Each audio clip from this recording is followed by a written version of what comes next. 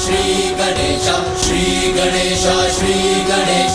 जय श्री राम, जय श्री राम, जय श्री राम, जय श्री राम, जय श्री राम, जय श्री राम, जय श्री राम।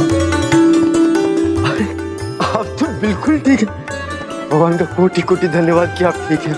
अच्छा हुआ कि आप रास्ते में ही मिल गए। हम सभी आपको लेकर बहुत चिंतित थे। जब से वो मुगल सैनिक आपको लेकर गए हैं, हम में से कोई भी चैन की सांस नहीं ले पाया। इसलिए हम सब एक साथ आगे बढ़ रहे थे। यदि आवश्यकता होती तो हम बादशाह की सेना से भी लड़ लेते। पूरी तैयारी के साथ आए थे हम। नहीं, इस प्रकार शक्ति प्रदर्शन या बल का प्रयोग करना, लड़ाई झगड़ा करना हम भक्तों को शोभा नहीं देता। हमारा कार्य तो है पवित्र मन से, सच्ची लगन से प्रभु की भक्ति करना। यदि ऐसा करेंगे तो विश्वास कीजिए, आपका बड़े से बड़ा शत्रु आपके समक्ष नतमस्तक हो जाएगा। मुगल बादशाह को आपकी श्री राम भक्ति का परिचय मिला और उन्होंने आपको मुक्त कर दिया। ये जानकर हमें बहुत राहत मिली। यूं तो प्रभु श्री राम का आशीर्वाद मुझ पर सदैव ही रहता है, परंतु इस प्रसंग में मेरी मुक्ति का कारण बने प्रभु श्री राम के परम भक्त, संकट मोचन प्रभु श्री हनुमान जी। हनुमान जी? वो कैसे? हाँ हाँ, हमें विस्तार से बताने की कृपा कीजिए ना। अवश्य बताऊंगा, परंतु अभी हमें काशी के लिए प्रस्थान करना चाहिए। काशी के मार्ग में सारा वृतांत विस्तार पूर्वक बताऊंगा। आइए। तुलसीदास जी को सुरक्षित देख राम भक्त वहीं से अपने अपने नगर लौट गए। फिर तुलसीदास जी ज्ञानदत्त एवं श्रीकांत आदि के साथ काशी की ओर प्रस्थान कर गए, किंतु प्रभु तो किसी और ही नगर में तुलसीदास जी के आगमन की प्रतीक्षा कर रहे थे।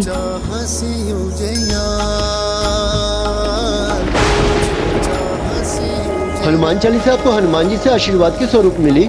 हाँ श्रीकांत, पता है बाद में स्वयं प्रभु हनुमान भी प्रकट हुए और उन्होंने मुझे कहा कि वो हनुमान चालीसा से अत्यंत प्रभावित भी हैं और प्रसन्न भी।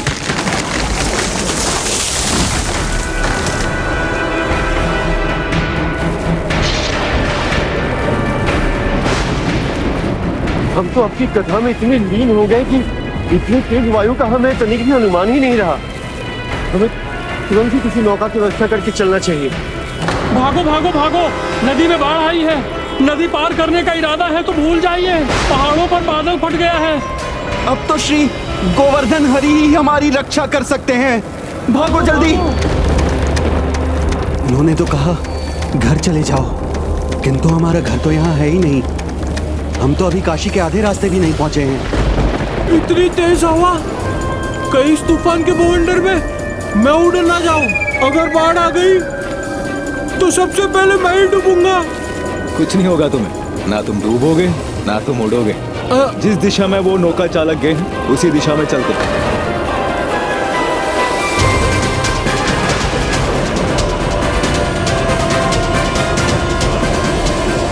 आज हमारी खैर नहीं, आगे कुआं पीछे खाए ऐसी स्थिति है। मैं आपको आशीर्वाद देता हूँ, आपके द्वारा रची गई मेरी इस चालीसा का आज के बाद जो भी भक्त सच्चे मन से पाठ करेगा, मैं उसके संकट अवश्य दूर करूंगा।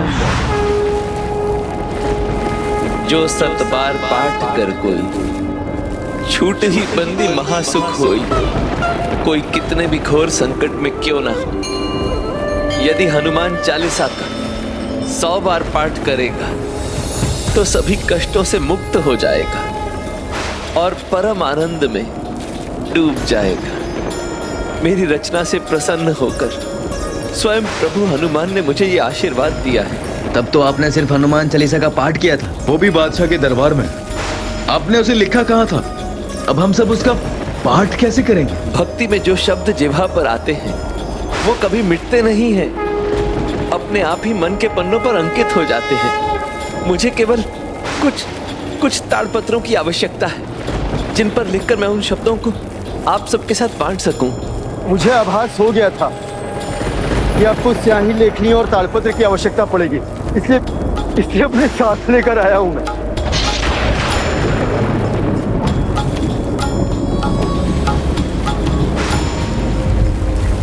ये क्या मुसीबत है? बारिश भी हो गई।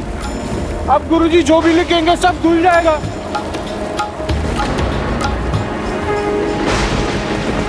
कुछ नहीं होगा। वो देखो, प्रभु हनुमान स्वयं शिला बनकर आए हैं हम सबकी रक्षा करने के लिए। आइए।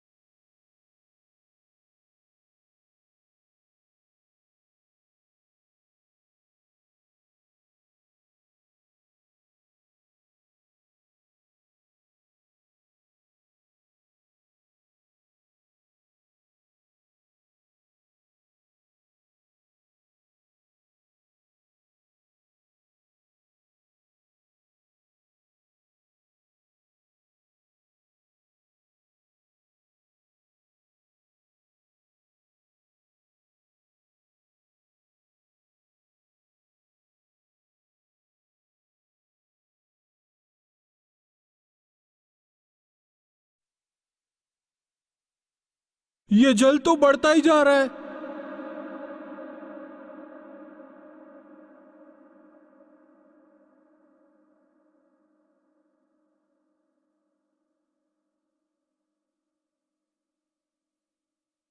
आ, आ, आ,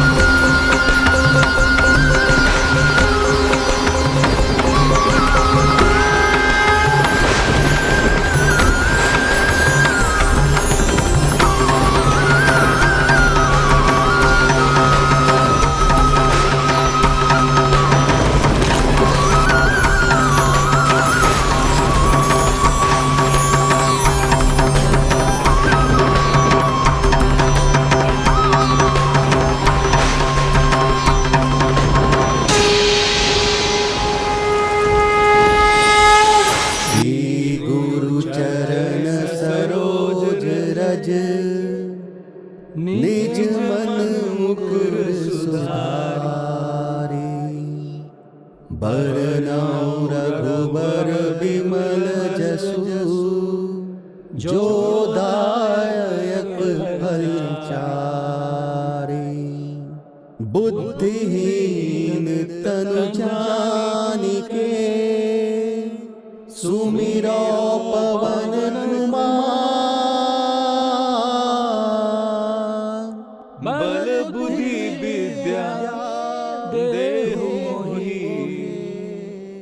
हरहु कलेश विकार।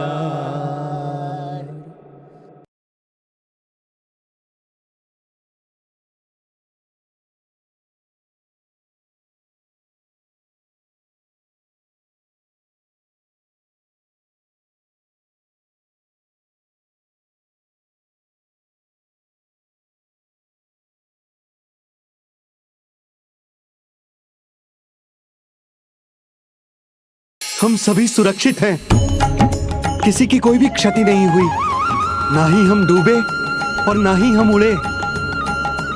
प्रभु हनुमान जी के पराक्रम के आगे कौन नहीं झुकता, और उनकी कृपा से उनके भक्तों का बाल भी बांका नहीं होता।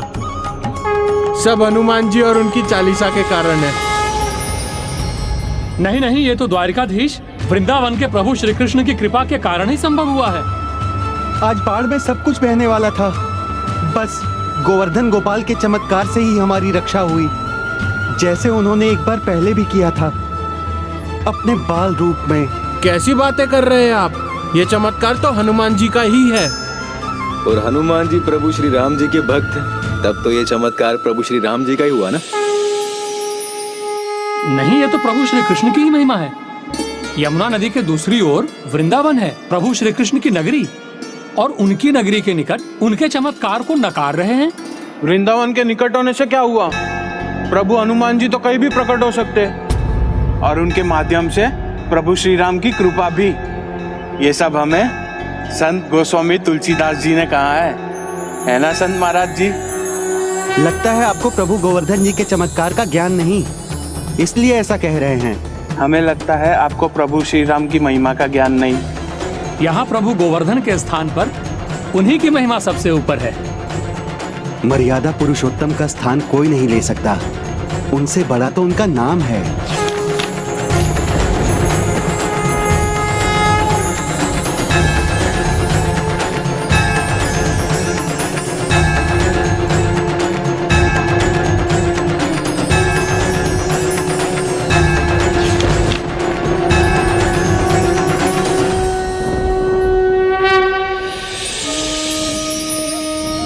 हे प्रभु श्री राम,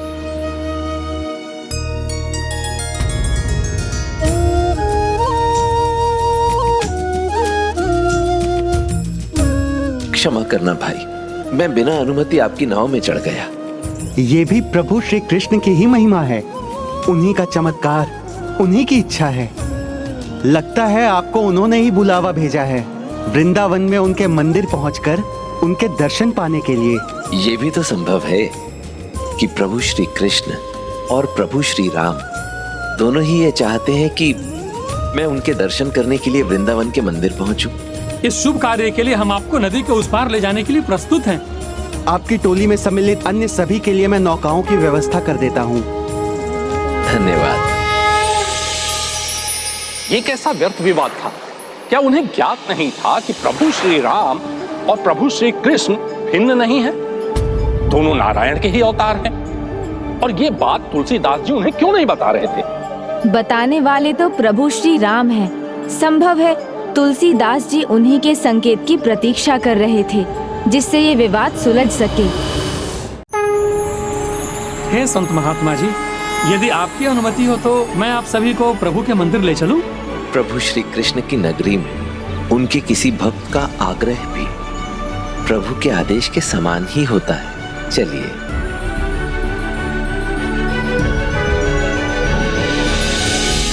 वृंदावन बिहारी लाल को फूल बहुत अच्छे लगते हैं, उनके द्वार पर खाली हाथ मत जाइए, कुछ फूल लेकर जाइए।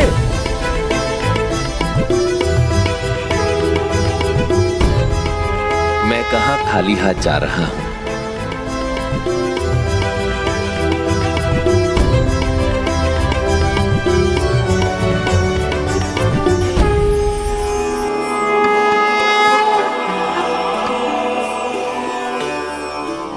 ये महात्मा जी महान संत गोस्वामी तुलसीदास लग रहे हैं। क्या स्वयं गोस्वामी तुलसीदास जी यहाँ आ रहे हैं? तब तो हम सभी को मिलकर उनका स्वागत करना चाहिए। जय श्री राम। तो हमारा अनुमान सही था, आप ही महान राम भक्त संत गोस्वामी तुलसीदास जी हैं। जी हाँ, बिल्कुल, आपने बिल्कुल ठीक पहचाना। यही है राम भक्त गोस्वामी संत श्री तुलसीदास जी। ओह, मुगल बादशाह के सामने जिसने अपना सर नहीं झुकाया, अब वही तुलसीदास जी है ना? जहां ना पहुंचे रवि वहां पहुंचे कवि। तुलसीदास जी तो यहाँ पर बाद में आए, उससे पहले उनका समाचार आ गया। ऐसा समाचार तो कपूर की तरह हवा में फैल ही जाता है।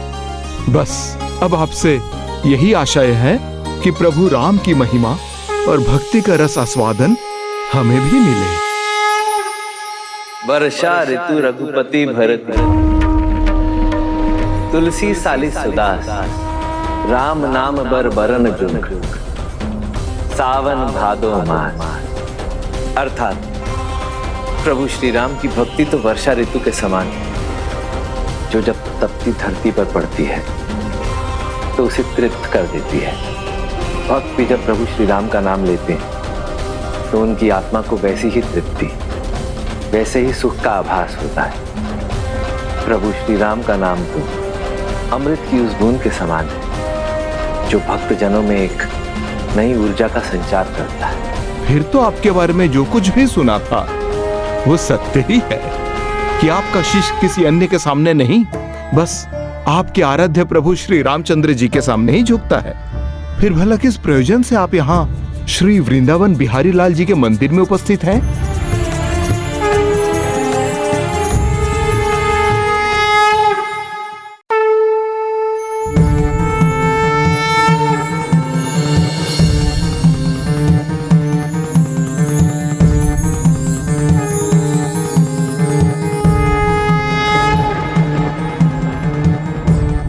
हे प्रभु श्री कृष्ण, हे गिरिधर गोपाल, आपके इस मनमोहक रूप का वर्णन शब्दों में मैं कैसे करूं, क्योंकि इस आकर्षक रूप का वर्णन करना तो मेरे लिए असंभव के समान है। और वैसे भी मैं तो उनका भक्त जो धनुर्धारी, इसलिए जब तक आप अपने हाथों में धनुष बाण नहीं थामे तब तक ये भक्त तुलसीदास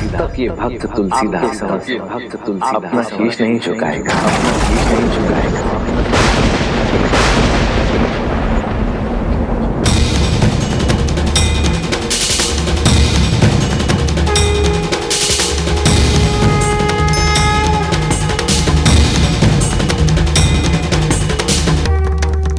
का वर्णु छवि आपकी, भले बने हो नाथ, तुलसी मस्तक तब नवे, जब धनुष बाण लो हाथ।